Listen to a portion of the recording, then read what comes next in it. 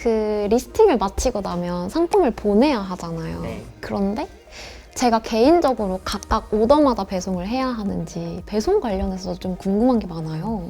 네, 아마존 고객에게 상품을 제공하기 위해서는 두 가지 옵션이 있어요. 첫 번째는 셀러가 고객들에게 상품을 직접 발송하고 재고를 유지하는 Merchant Fulfillment Network, 줄여서 저희는 MFN이라고 부르고 있고요.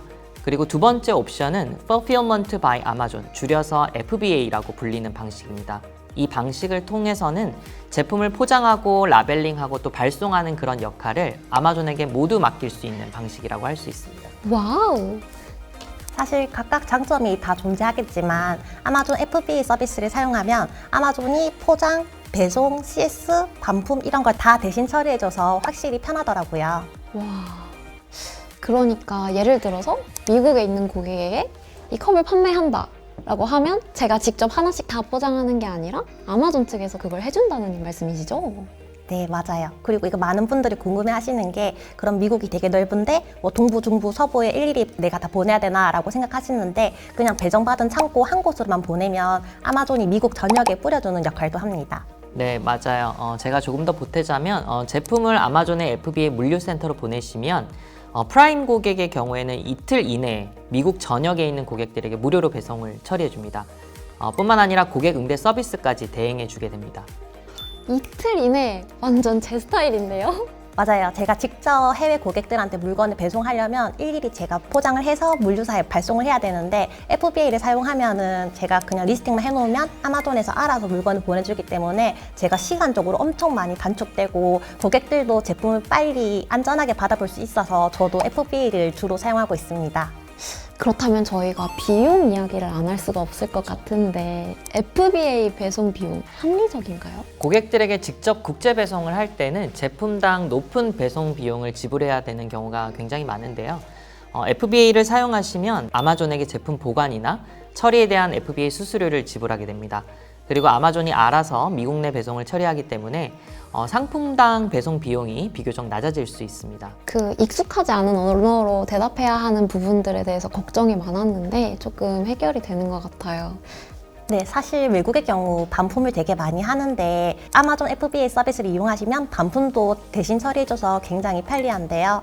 사실 리스팅까지는 누구나 쉽게 할 수 있는데 FBA를 이용하지 않는다면 리스팅이 끝난 이후부터 손이 많이 가거든요. 예를 들면 고객이 주소를 잘못 입력하면 주소도 확인해야 되고 일일이 제가 다 상품 배송 등록을 해서 우체국에 보내야 되고 뭐 이런 식으로 손이 많이 가고 또 고객이 교환을 하거나 반품을 할 때 CS적인 문제도 있는데 이런 부분을 다 해결해 주니까 리스팅만 하면은 그 이후로는 신경 안 써도 되는 점이 정말 좋았습니다. 네, 맞아요. 만약에 고객분들이 이제 제품을 반품하게 되면 국제 배송 비용을 내거나 미국의 다른 주소가 아니라 바로 아마존의 물류 창고로 보낼 수가 있어요. 그래서 이렇게 아마존의 세계적인 고객 서비스와 반품 서비스를 받으실 수가 있고요. 그 밖에도 예를 들어서 자동 프라임 자격이나 무료 슈퍼 세이버 배송을 활용하시면 비즈니스를 매우 빠르게 확장하시는데 확실히 유리하다고 할 수 있습니다. 저는 아마존 FBA 비용이 합리적이라고 생각을 하는 게 제가 시카고에 있었을 때 같은 시카고 도시로 종이 한 장 보내는데 USPS로 10불 정도 들었거든요. 그런데 아마존 같은 경우에는 제품 사이즈가 작으면 FBA 배송 처리 수수료가 3불 정도? 아무리 조금 부피가 커도 한 5불, 6불 정도만 내면 되기 때문에 저희가 직접 미국으로 보내면 한 40불, 50불 들게 5불, 6불이면 처리가 돼서 저는 아마존 FBA 서비스 비용이 굉장히 합리적이라고 생각합니다. 와, 소름이네요. 그렇다면 이런 FBA 프로세스가 정확히 어떻게 되나요? FBA 절차를 조금 더 설명해 주시면 좋을 것 같아요. 네, FBA 프로세스는 비교적 간단해요. 먼저 제품을 아마존의 물류센터로 보낼 준비를 하신 다음에 제품 라벨링과 패킹 요구사항을 검토하시면 됩니다. 그리고 나서 셀러 센트럴의 재고관리 탭에서 FBA를 사용할 제품을 지정하시고 아마존의 물류센터로 제품을 보내기 위한 FBA 출하 생성을 요청하시면 되는데요. FBA에 대한 더 자세한 내용은 이 비디오를 참고하시기 바랄게요. 네, 이 비용을 어떻게 계산할 수 있나요? 네, 비용은 아마존 셀러 계정을 등록하고 셀러 센트럴에 로그인을 하신 후에 FBA 계산기를 사용하시면 정확한 FBA 수수료를 계산할 수 있습니다. 네, 아셀림은 처음 아마존 시작하셨을 때 아셀림의 상품이 처음부터 첫 페이지에 노출이 되셨을까요? 아니요, 사실 제일 처음에는 저도 광고비를 조금 아껴보고자 광고를 안 돌린 상태로 제품을 판매를 해보니까 제품이 거의 노출 안 되다시피 뭐 17페이지, 20페이지 이렇게 노출이 되더라고요.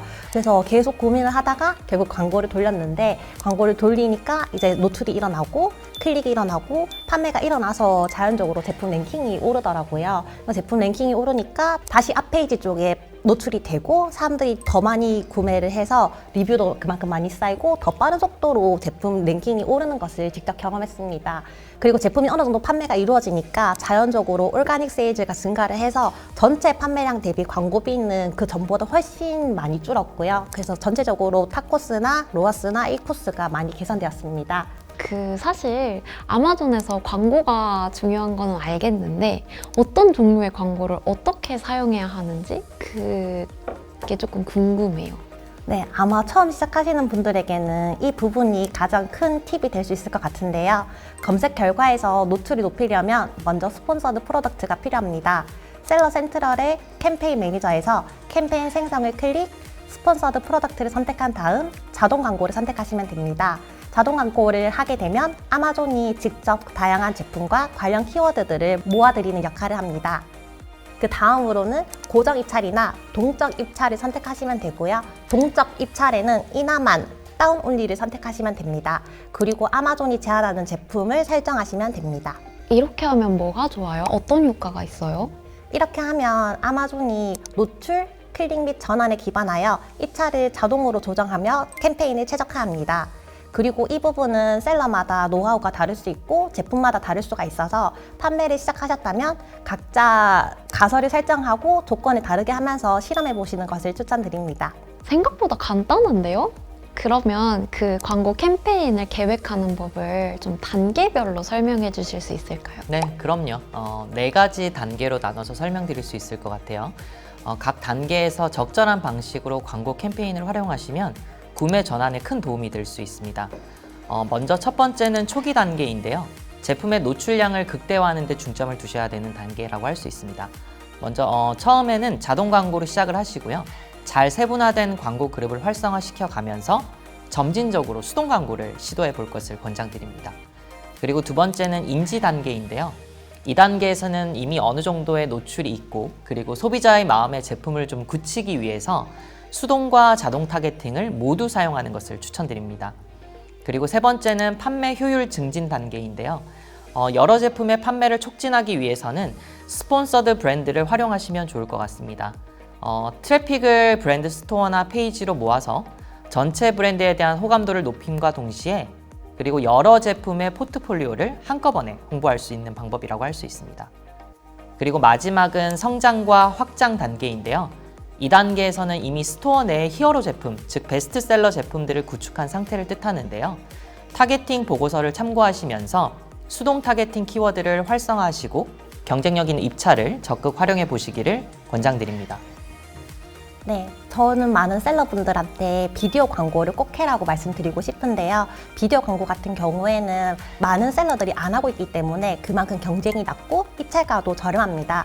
대신에 시각적으로 많은 효과를 주고 내가 어필하고 싶은 장점, 예를 들면 소재라든지 사용 방법이라든지 사용 용도라든지 이런 거를 좀 더 효과적으로 보여줄 수 있기 때문에 비디오 광고를 설정하시는 것을 꼭 추천드립니다. 사진만 있는 것보다는 확실히 영상이 같이 있을 때 조금 더 효과가 좋을 것 같긴 하네요. 네, 지금까지 심플한 구매 전환, 아마존 글로벌 셀링과 아마존 광고 시작하기 A2G를 시청해 주셔서 감사합니다. 이 영상을 보시는 여러분 모두 성공적인 비즈니스를 구축하시기를 진심으로 기원합니다. 앞으로 더 많은 알찬 정보와 꿀팁을 보시면 구독 버튼 눌러주시고요. 그리고 아마존 판매에 대한 더 많은 교육 영상들은 저희 유튜브 채널과 아마존 글로벌 셀링 공식 홈페이지에서 확인할 수 있습니다. 아마존과 함께 즐거운 셀링 되시길 바랍니다. 감사합니다.